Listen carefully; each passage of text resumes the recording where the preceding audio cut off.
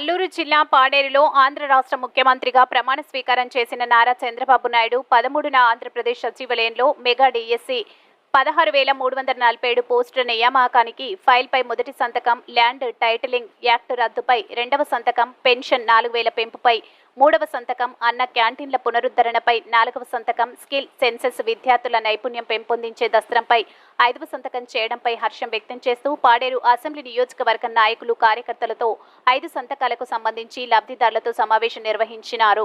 ఏ విధంగా హర్షం వ్యక్తం చేశారు, దానిపై స్వీట్లు పంచుతూ వారికి ప్రభుత్వం అందిస్తున్న పథకాలపై వివరించాలని రాష్ట్ర ముఖ్యమంత్రి నారా చంద్రబాబు నాయుడు ఆదేశాల మేరకు పాడేరు నియోజకవర్గం మాజీ ఎమ్మెల్యే గిడ్డి ఈశ్వరి ఆల్ఫా లబ్ధిదారులతో కలిసి సమావేశం నిర్వహించి ప్రభుత్వం అందిస్తున్న పథకాలపై వివరించారు. అనంతరం స్వీట్లు పంచుతూ నోరులు తీపి చేశారు. వైసీపీ 5 సంవత్సరాల పరిపాలనలో అన్ని మోసాలే తప్ప ఎక్కడా అభివృద్ధి, సంక్షేమం లేదని ప్రమాణ స్వీకారం చేసిన వెంటనే 5 ముఖ్యమైన పథకాలపై మొదటి సంతకాలు పెట్టడం చాలా సంతోషంగా ఉందని, వైసీపీ ప్రభుత్వానికి, కూటమి ఎన్డీఏ ప్రభుత్వానికి తేడాలను వివరిస్తూ 5 సంతకాలపై హర్షం వ్యక్తం చేశారు.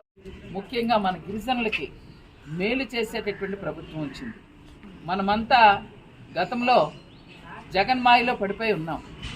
జగన్ అని ఈరోజు రాష్ట్రం అంతా తెలుగుదేశం పార్టీ కూటమి గెలిపించుకుంటే ఒక్క పాడేరు ఒక్కటే ఈరోజు జగన్ మాయలో పడిపోయింది. అయినా చంద్రబాబు నాయుడు గారు మనమన్నా, మన గిరిజనులన్నా పథకాలలో ఎక్కడా కూడా పార్టీకి ఓటేసావా లేదా, ఈ కులము, ఆ మతము, ఆ ప్రాంతమని ఆయనకి ఎప్పుడు కూడా వైఎస్ఆర్ కాంగ్రెస్ పార్టీ లాగా లేదు వాళ్ళకి. అందుకనే ఈరోజు ఏదైతే మీ ఇంటింటికి ఆ రోజు మేమంతా కూడా భవిష్యత్తు గ్యారంటీ, బాబు షూరిటీ అనుకుంటూ ఇంటింటికి వచ్చామా లేదా? ఓట్లు వేయండి, వేస్తే మన బ్రతుకులు బాగుంటుంది, మన ప్రాంతాలు బాగుంటుంది, మన అన్ని వర్గాల వారికి కూడా చంద్రబాబు నాయుడు గారు అన్ని రకాలు కూడా చేస్తారు అని చెప్పడం జరిగింది. ఈరోజు ఈ మన ప్రభుత్వం ఏదైతే కూటమి ఏర్పాటైందో నిన్న మాట ఇచ్చినటువంటి మాట ప్రకారంగా, గతంలో జగన్మోహన్ రెడ్డి ఒక మాట అంటాడు, మాట తప్పను మడమ తిప్పను అని ఒక మాట అనేవాడు కదా, అనేవాడా లేదా? అన్ని మాటలు తప్పాడా లేదా? ఎందుకంటే 3,000 పెన్షన్ ఇస్తానని చెప్పి దాదాపుగా 5 సంవత్సరాలు తిప్పించినాడు. ఏమమ్మా, అవునా కదా?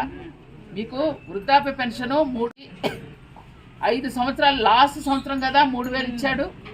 కానీ చంద్రబాబు నాయుడు గారు 4,000 రూపాయలు పెన్షన్ పెంచుతానన్నారా లేదా?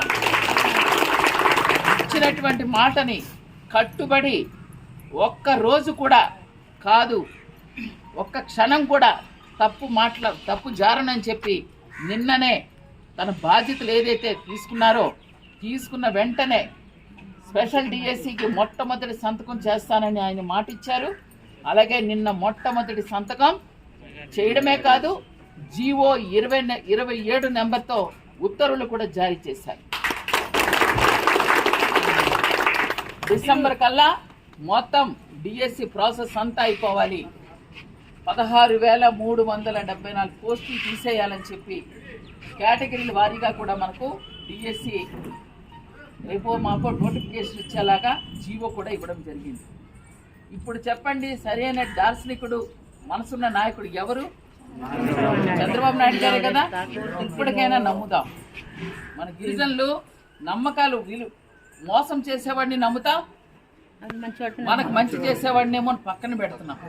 గతంలో కూడా పెన్షన్ 200 నుంచి 2,000 రూపాయలు చేసిన ఘనత చంద్రబాబు నాయుడు గారు.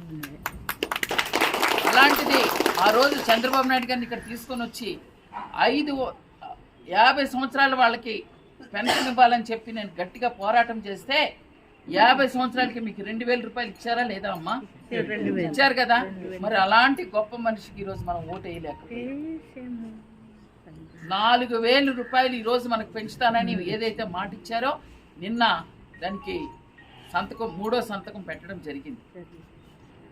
మూడో సంతకంగా 3,000 నుంచి 4,000 రూపాయలు పెంచడమే కాదు, రేపు జూలై నెలకి, ఈ నెల వచ్చే నెలది కలుపుకొని 7,000 రూపాయలు మీకు రేపు మీరు దగ్గరికే మీకు పెన్షన్ వచ్చేలాగా చేస్తున్నారు.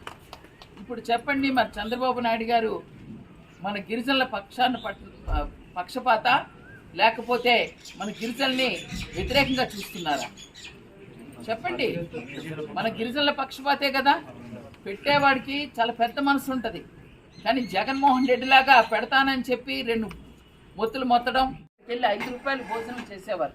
ఇంకా మన పాడేరు అన్న క్యాంటీన్ రేపు ఈ అన్నా క్యాంటీన్ మన పాడేరులో కూడా రేపు పెట్టబోతా ఉన్నారు. అప్పుడు ఎంతో మందికి అన్నం తర్వాతే కదా అన్నదానం కదా. 5 రూపాయలు ఇచ్చి చక్కగా మంచి భోజనం చేసేటటువంటి అవకాశాన్ని మళ్ళీ అన్నా క్యాంటీన్ మన పాడేరులో కూడా పెట్టడానికి అది 4వ సంతకం పెట్టారు. ఇక 5వ సంతకం నైపుణ్య స్కిల్ డెవలప్మెంట్ సెన్సెక్స్. అంటే ఎంతోమంది యువకులు, ఈరోజు యువత ఎక్కువ మంది ఉన్నారు, చదువుకుంటున్నారు కానీ పని ఉండట్లేదు. 10th క్లాస్ చదువుతున్నారు, ఎలక్ట్రికలో లేదంటే మెకానికలో అలాంటివి ఐటీఐలు చేస్తున్నారు, పాలిటెక్నికల్ చేస్తున్నారు, బీటెక్లు చేస్తున్నారు, ఎంటెక్లు చేస్తున్నారు, పీజీలు చేస్తున్నారు. ఇలాగా స్కిల్ డెవలప్మెంట్లో మంచి అవకాశాలు చదువుకొని ఉండి కూడా ఉద్యోగాలు లేకుండా అయిపోయింది. అటువంటి వారికి కూడా గుర్తించి రేపు నుంచి ఒక సర్వే పెడుతున్నారు. మనం ఏం చదువుకున్నాం, మన చదువుకు తగ్గటువంటి ఉద్యోగాలు ఎక్కడెక్కడ ఉన్నాయి అని చెప్పి వెతికి ఈ 5 ఏళ్లలో మనకు ఉద్యోగం ఇప్పించేటువంటి బాధ్యతని తీసుకుంటున్నారని 5వ సంతకాన్ని నిన్న ఆయన చాలా పెద్ద మనసుతో మనకు అవకాశాన్ని కల్పిదారులు మీరు అందరూ ఉన్నారు. అంటే ఇప్పటికిప్పుడు కనుక తక్కువ మంది వచ్చారు, కానీ రేపు ఫస్ట్ తర్వాత ఎంతో మంది, వేలాది మంది దీంట్లో లబ్ధిదారులు ఉన్నారు. ముందు జగన్ మాకు చంద్రబాబు నాయుడు 200 ఉన్నాడుది 2000 రూపాయల దాకా తీసుకుని వచ్చాడు. పెన్షన్ ఇవ్వడం 2000 ఇచ్చాడు. జగన్ 3000 చేస్తానన్నాడు. 4-5 సంవత్సరాలకి వాడు దిగిపోయే టైంకి అప్పుడు 1,000 రూపాయలు పెంచాడు. 4 సంవత్సరాలు అయింది పెంచడానికి. 1,000 రూపాయలు పెంచడానికి 4 సంవత్సరాలు పట్టింది. ఇప్పుడు మా చంద్రబాబు నాయుడు గారు గెలిచిన వెంటనే 1000 రూపాయలు పెంచాడు. ఇప్పుడు 4,000 రూపాయలు ఈ పోయిన జూలై నెల నుంచి మొత్తం కలిసి వచ్చే నెల ఫస్ట్కి మాకు 7,000 రూపాయలు మాకు ఇంటికి అందుతారు. ఎంతో సంతోషంగా ఉన్నది. ఇప్పుడు చంద్రబాబు నాయుడికి నమస్తే. చాలా సంతోషంగా ఉన్నది. మాకు ఇంతగా ముందు జగన్ ఎంతో మోసం చేసాడు. మరి 10 ఎకరాలు భూమి ఉన్న వాళ్ళకి పెన్షన్ తీసేసాడు, పెన్షన్ రేషన్ కార్డులు తీసేసాడు. ఇలాంటి బొల్లేడి దారుణంగా చేసాడు జగన్.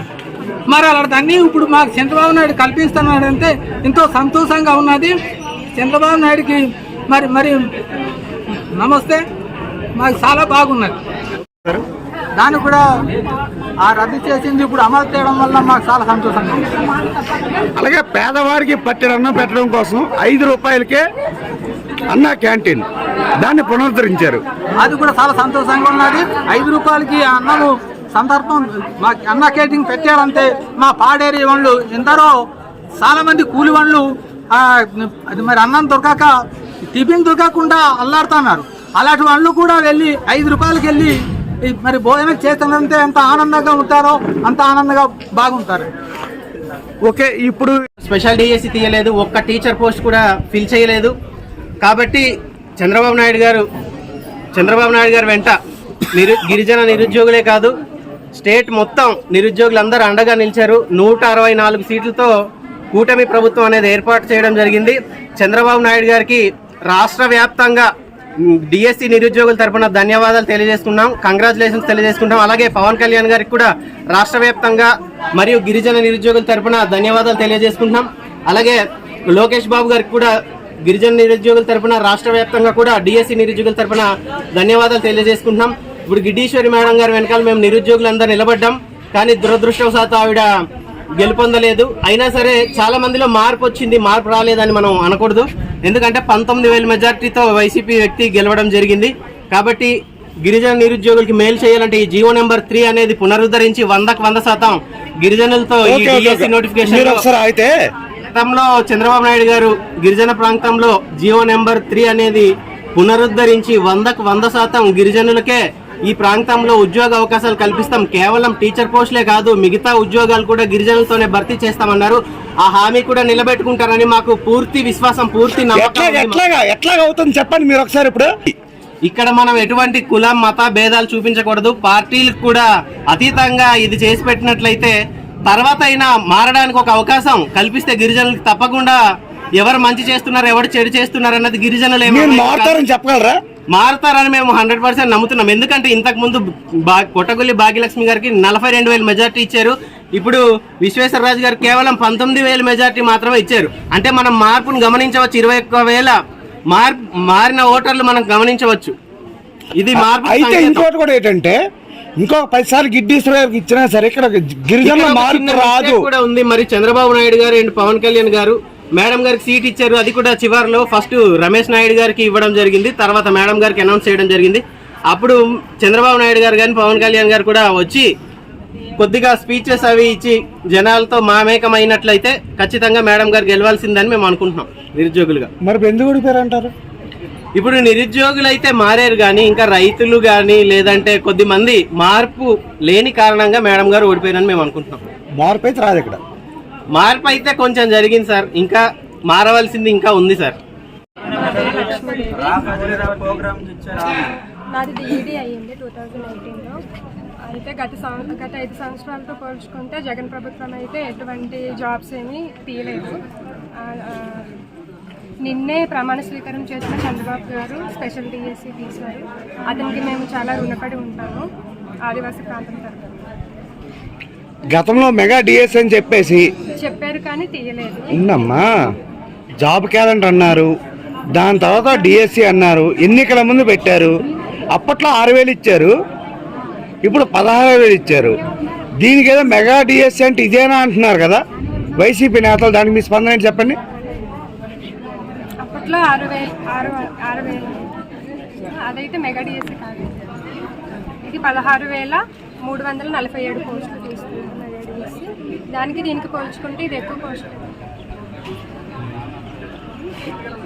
నెక్స్ట్ వృత్తి నైపుణ్యాభివృద్ధి సంఘం కోసం ఇంకోటి సంతకం పెట్టారు మీకు. ఇప్పుడు చంద్రబాబు నాయుడు గారు పెట్టిన 5 సంతకాలని 5వ సంతకం, దాని మీద మీరు ఎట్లా ఫీల్ అవుతున్నారు? అది ఒక మంచి ఆలోచన. అంటే ఇంతకుముందు జగన్ గారు అనుకున్న